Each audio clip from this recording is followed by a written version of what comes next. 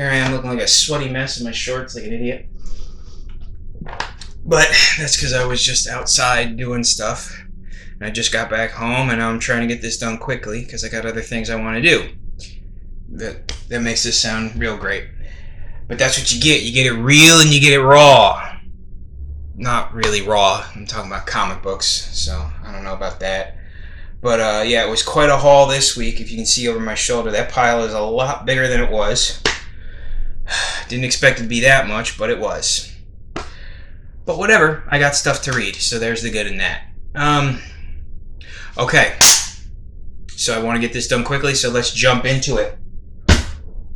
What did we have last week? Well, we had Dark Knight's Death Metal, The Multiverse Who Laughs. Miss Marvel Volume 3, Outlawed, which, from the looks of things, turns out to... It looked like it was going to be the last volume of this book.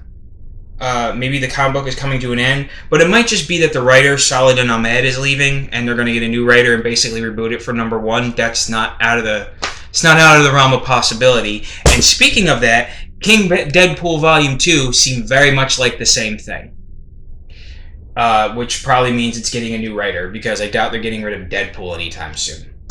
So yeah, if you remember, King Deadpool was my choice for favorite of the week. It wasn't. This was a pretty lackluster week. All the comic books were okay at best. But I think my favorite one was actually Death Metal, or Dark Knight's Death Metal, Multiverse Who Laughs. It was just the better book. It was basically just a bunch of different, wildly different stories collected together, but I liked it more. It was more interesting. It dealt with, multiversal, alternate reality weirdness that I like, as I've said before.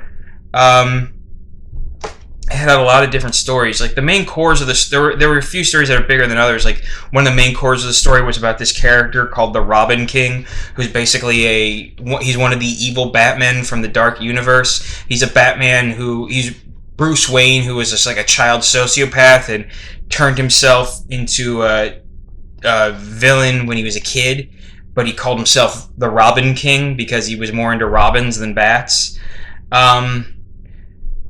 There's another bigger story about Lobo going on a mission for Lex Luthor to get one of the rare metals that has to do with all this alternate reality shit and about merging of reality. And has an evil Batman coming after him, whose name I cannot remember. Oh, they call him the Batman Who Frags, because he's a Batman who merged his DNA with that of Lobo, so he became like a Lobo-esque Batman. Yeah, he's sent by Lex Luthor to look for Death Metal, and he delivers it to Lex Luthor and his recently reunited Legion of Doom, who are now trying to stop the Darkest Knight. The Batman Who Laughs now calls himself the Darkest Knight. Speaking of the Batman Who Laughs, who calls himself the Darkest Knight, apparently now that with his powers, he's fighting Perpetua. And while he was battling Perpetua, there's another story about somebody called the Chronicler. I think that was his name. Yeah, the Chronicler, who comes from the Oververse. Basically, the universe that originated the multiverse, or Omniverse, as it were. Like, basically, every reality in the DC universe is a multiverse. But the collection of multiverses are known as an omniverse, but above them is another universe called the Oververse. And this Chronicler comes from he comes from the Omni, or maybe I don't know. He's outside the multiverse, and he comes to basically collect the information on the multiverse and all the different things that have happened to it, and he talks to different important characters about it. And he even brings Metron back from the dead so he can talk to him. Then there's a short story about the Green Lanterns who are trying to save refugees from other universes other Earths that were killed off by the Darkest Knight, and trying to escape with him. Try to escape with them back to Earth 1. Let's see. I already covered the Lobo thing. Blah, blah, blah. Oh, yeah, and the Robin King, who was sent to his own universe by the Darkest Knight, he's telling... they have a world where the Robin King is actually king of, like, the weird little evil Robins that the Darkest Knight created. And he tells them, like, about, you know, different dark realities involving some of the key characters and from the universe, including a story about Arkham Asylum. You know, there's a story about Arkham Asylum that seems good, but is actually even more sinister than the actual Arkham Asylum. And then there's a dark story about, like, all the super pets becoming, like, these weird zombie creatures. There's another story that takes place in the future where the Guardians of the Universe have taken over Earth, and the Green Lanterns, including Hal Jordan, are their lethal enforcers. There's another world where Gotham has been overtaken by fear toxin that just, like, permeates the air, or the whole world has been taken up by fear toxin that permeates the air, and most of the heroes are gone, but Steel is still around fighting the good fight. And then basically the last story is a story about Superboy Prime, who's been an interesting character, especially over the past, going back nearly 40 years now.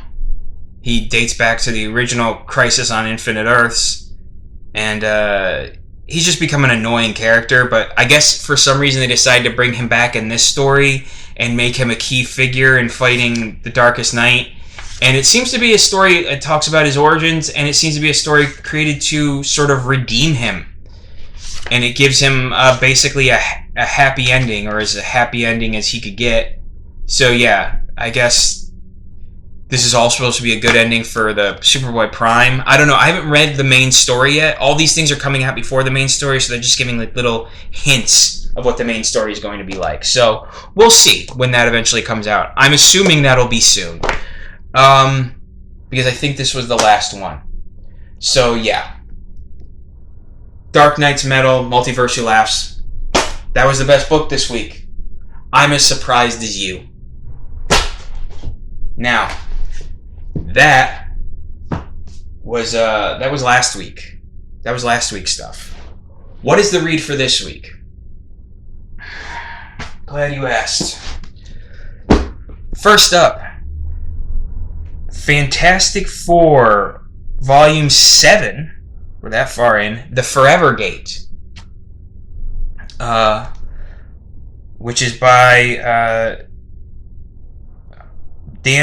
art by Dan Slott with a lot of writers, or a lot of other people here. Who's the main artist?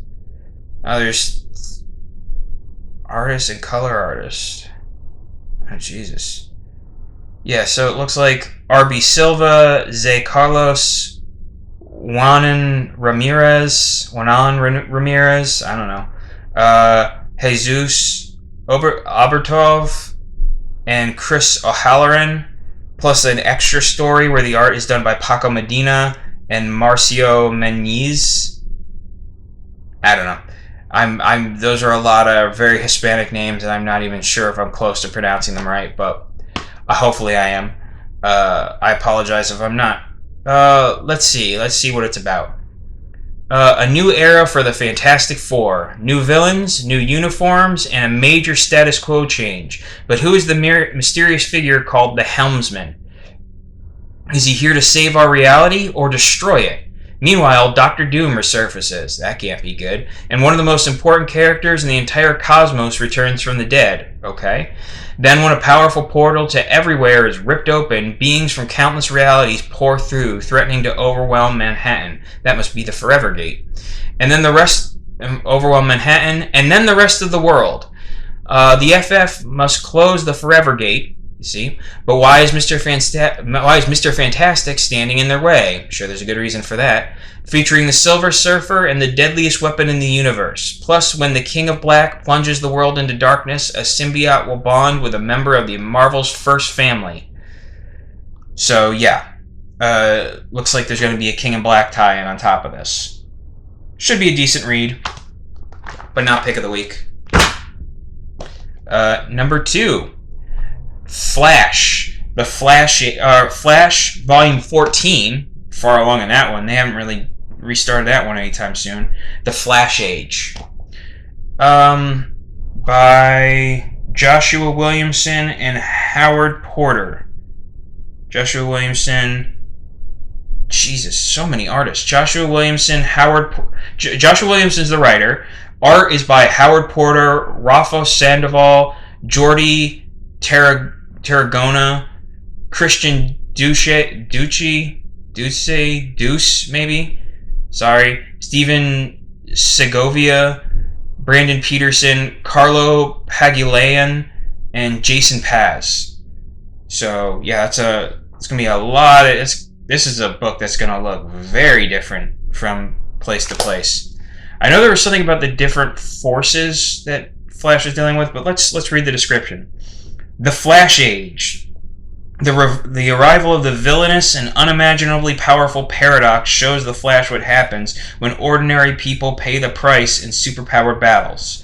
The high-octane story sees Barry Allen running for his life to save himself, those he loves, and all of reality. When Paradox sends fellow speedster Godspeed after the Flash, the hero's forced to team with his greatest enemy, the Reverse Flash. Ooh, that should be interesting. With the entire Flash legacy hanging in the balance, and the man who killed his mother, possibly the only hope he has to save the multiverse, Barry Allen races towards a shocking and final finish line that unleashes an even larger threat than he imagined.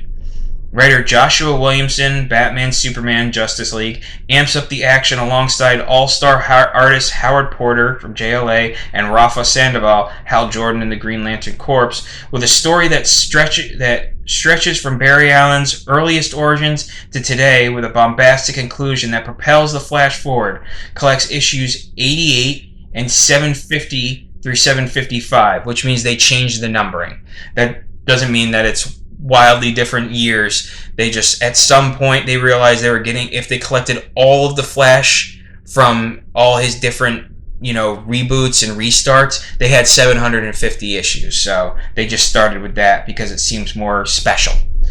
And the Flash Annual number 3. So that should be interesting. Still not my favorite of the week. Still not my most anticipated of the week. That would be this one. Superman Action Comics Volume 4, Metropolis Burning, by Brian Michael Bendis, John Romita Jr.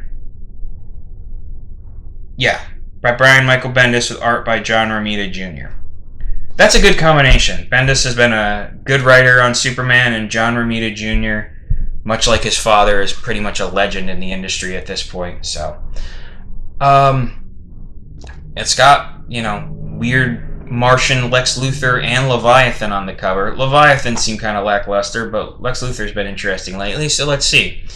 How many bad guys can one city handle? Leviathan is making its move on Metropolis, and they are looking to recruit Lex Luthor and his Legion of Doom to increase their power base. But will that be enough to take on Superman City? Because the Man of Steel has friends of his own. It's time to call on the Justice League and their teenage counterparts, Young Justice, guess that doesn't include Teen Titans anymore, to take a stand against the forces of evil and stop Leviathan from turning Metropolis into rubble. A colossal story arc full of guest stars and big surprises. Superman Action Comics Metropolis Burning collects Action Comics 1017 through 1021. That's not a lot of issues. By the powerhouse team of Brian Michael Bendis, John Romita Jr., and Klaus Janson, who does the coloring, I believe. So yeah, that should be, that definitely looks like the most interesting one to me. Superman has been pretty good lately. And Superman can usually, can gravitate from the utterly dull to the wildly interesting. So this looks like it should be more interesting. Plus, I think this might take place after Superman revealed his identity. I think? I don't know. I might be wrong about that one. But we'll see. So that's my pick for pick of the week. Will it actually be my favorite of the week?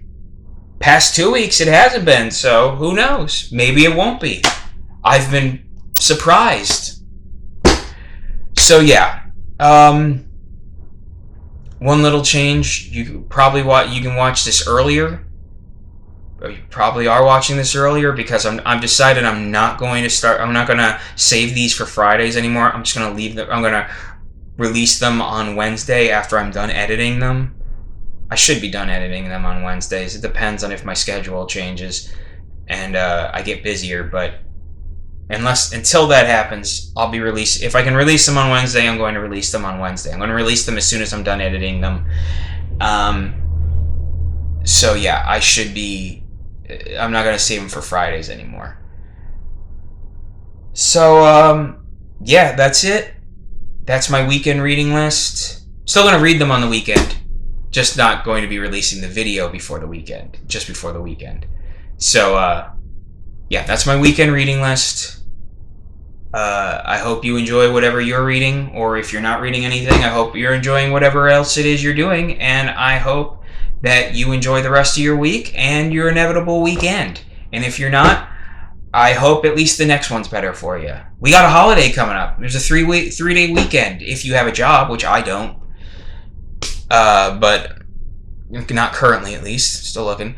But you know, try to enjoy it. It's more of a somber holiday, but you know, it's a day off. Try to enjoy it. The weather's been lovely lately, although I think it's hot as hell today. I think it's supposed to rain like crazy starting in a couple hours, but you know, that'll even things out. Spring's a good time of year. It can be hot, but not necessarily too hot. What the fuck am I talking about? This is about comic books. That's my comic book reading list. I hope you enjoy whatever it is you're reading, if you're reading anything. If you actually comment on this, tell me what you think of my choices. Tell me what you think about them. Or not. I don't know. Anyways, have a good one, folks.